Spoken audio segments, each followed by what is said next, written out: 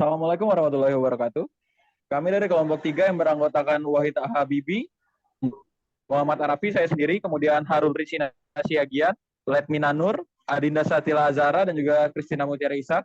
Pada kesempatan kali ini kami akan membahas tentang cara menangani hoax. Berikut adalah salah satu contoh dari berita hoax atau berita palsu, yaitu adalah PKI anggarkan 5 triliun demi meluluskan Jokowi 3 periode. Beredar di media sosial Twitter, sebuah unggahan foto berisi narasi bahwa Partai Komunis Indonesia atau PKI menganggarkan uang senilai 5 triliun untuk memuluskan masa jabatan Presiden Joko Widodo atau Jokowi hingga 3 periode.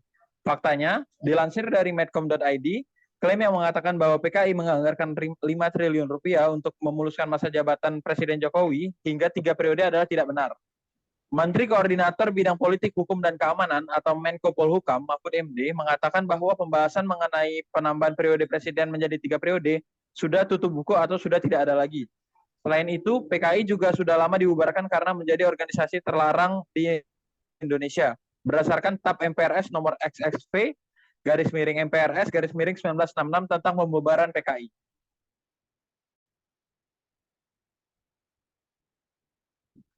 Berikut adalah visualisasi data hasil survei pengguna internet di Indonesia. Data ini diambil dari hasil survei tahun 2016. Di antaranya adalah dari sekitar 100% jumlah penduduk di Indonesia, 51,8% 51,8% penduduk adalah pengguna internet di Indonesia, atau sekitar 132,7 juta penduduk. Yang 52,5% diantaranya adalah pria dan 47,5% diantaranya adalah wanita. Dan 65% diantaranya tersebar di daerah Pulau Jawa sekitar 86,3 juta orang. Sisanya terbagi di Pulau Sumatera, Bali, Kalimantan, Sulawesi, Maluku, dan Papua. Dapat dilihat di grafik persebaran-persebaran berikut. Baiklah, kemudian untuk pembahasan selanjutnya akan dilanjutkan oleh Kristina. Baiklah, terima kasih Raffi. Pembahasan selanjutnya itu mengenai visualisasi data mengenai komposisi pengguna internet di Indonesia yang dikelompokkan berdasarkan usia. Data tersebut kami ambil dari Kementerian Komunikasi dan Informatika Republik Indonesia atau Kominfo yang surveinya dilakukan pada tahun 2016. Dari data tersebut divisualisasikan bahwa 29,2% atau 38,7 juta itu pengguna internet itu berusia 35 sampai 44 tahun. Kemudian 18,4% atau 24,4 juta itu berusia 10 sampai 24 tahun. Kemudian 18%-nya 23 atau 23,8 juta itu berusia 45 sampai 54 tahun. Dan 10%-nya yaitu 13,2 juta yang berusia 55 tahun ke atas. Kemudian 24,4%-nya atau 32,3 juta itu berusia 25 sampai 34 tahun. Yang bisa kita artikan bahwa pengguna internet itu rata-rata berada pada umur 35 sampai 44 tahun. Kemudian survei ini berdasarkan data pengguna internet dengan total 132,7 juta. Kemudian kami juga mengambil visualisasi data yang juga sama diambil dari Puskakom UI tahun 2015 mengenai pengguna internet Indonesia yang mengakses menggunakan telepon seluler sebanyak 85%, kemudian laptop atau notebook 32%, kemudian 14% adalah PC desktop, dan yang terakhir 13% menggunakan tablet. Artinya pengguna internet di Indonesia itu kebanyakan menggunakan telepon seluler. Kemudian visualisasi selanjutnya akan dijelaskan oleh Letmi. Oke, selanjutnya data ini menunjukkan bahwa Kementerian Komunikasi dan Informatika atau Kominfo telah menemukan sebanyak 11.357 kasus isu hoax dalam rentang waktu dari Agustus 2018 hingga 31 Maret 2023. Puncak kasus tertinggi terjadi pada bulan April 2019 yang merupakan periode pemilihan umum di Indonesia. Pada saat itu, Kominfo mungkin meningkatkan upaya untuk mendeteksi dan menangani penyebaran isu-isu hoax guna melindungi masyarakat dari disinformasi yang dapat mempengaruhi integritas proses demokrasi.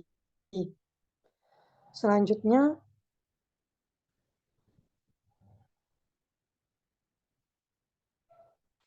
ada 10 tahapan kompetensi literasi digital. Yang pertama, ada mengakses, yang kedua menyeleksi, yang ketiga memahami, yang keempat menganalisis, yang kelima memverifikasi, yang keenam mengevaluasi, yang ketujuh mendistribusikan, yang kedelapan memproduksi, yang kesembilan berpartisipasi, dan yang kesepuluh berkolaborasi. Selanjutnya akan dijelaskan oleh kawan saya selanjutnya. Baik, di sini saya akan menjelaskan mengenai tahapan kompetensi literasi digital yang pertama, yaitu akses. Di sini kompetensi mengakses mengacu pada serangkaian keterampilan teknis yang diperlukan bagi seseorang individu ketika berinteraksi dengan media baru, seperti keterampilan untuk mencari atau menemukan informasi yang diperlukannya. Kemudian yang kedua yaitu seleksi. Kompetensi ini adalah kemampuan individu untuk memilih dan memilah informasi yang didapatkannya dari media baru. Kemudian yang ketiga yaitu paham. Memahami adalah kompetensi yang mengacu pada kemampuan individu untuk memahami makna dari konten di media baru pada tingkat literal. Kemudian yang keempat, analisis. Kompetensi keempat ini mengacu pada kemampuan individu untuk mendekonstruksi konten di media baru. Kompetensi ini dapat dilihat sebagai analisis tekstual, semiotik yang berfokus pada bahasa, genre, dan kode beberapa jenis dan media. Untuk selanjutnya akan dijelaskan oleh teman saya. Baiklah, terima kasih. Saya akan melanjutkan menjelaskan 10 tahapan kompetensi literasi digital. Untuk yang kelima ada verifikasi.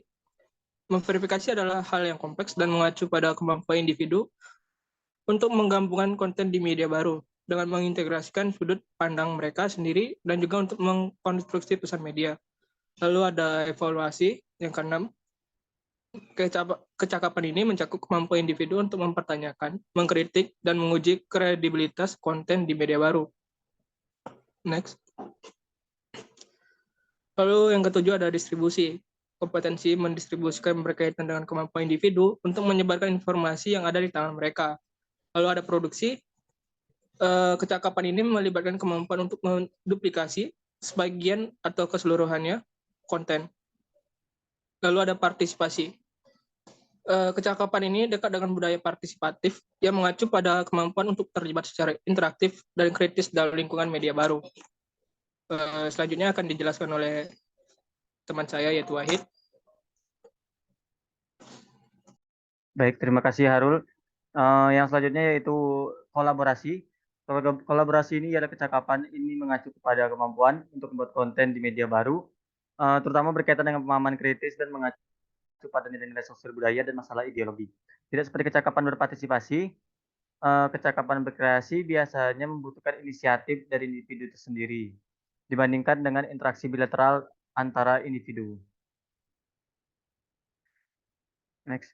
Kesimpulannya ialah hoax sendiri adalah informasi yang sengaja disebarkan dengan tujuan menyesatkan dan memanipulasi opini publik. Hoax dapat merugikan individu, kelompok, ataupun masyarakat secara umum dan dapat menimbulkan dampak yang sangat negatif pada kehidupan sosial, politik, dan juga ekonomi. Nah, karena itu sangat penting bagi kita untuk berhati-hati dan waspada dalam menyebarkan informasi, terutama di era digital yang memungkinkan penyebaran informasi yang sangat cepat dan luas. Ketika kita menerima informasi, kita harus memeriksa kebenarannya dan mencari sumber informasi yang terpercaya sebelum menyebarkannya ke orang lain. Peningkatan literasi digital sebagai bentuk self-control menjadi solusi untuk mencegah kasus peredaran informasi palsu atau hoax menjadi berulang dan semakin banyak. Sekian dari saya, terima kasih. Saya kembalikan ke moderator.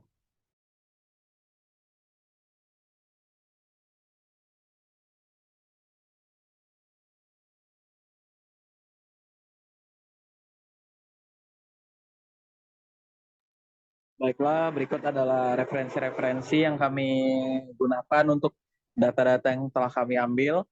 Dan juga dengan referensi ini, berakhir juga slide kami atau presentasi dari kami pada kesempatan malam hari ini. Kami dari kelompok 3 mengucapkan terima kasih bila telah menonton dan melihat video presentasi kami. Wassalamualaikum warahmatullahi wabarakatuh.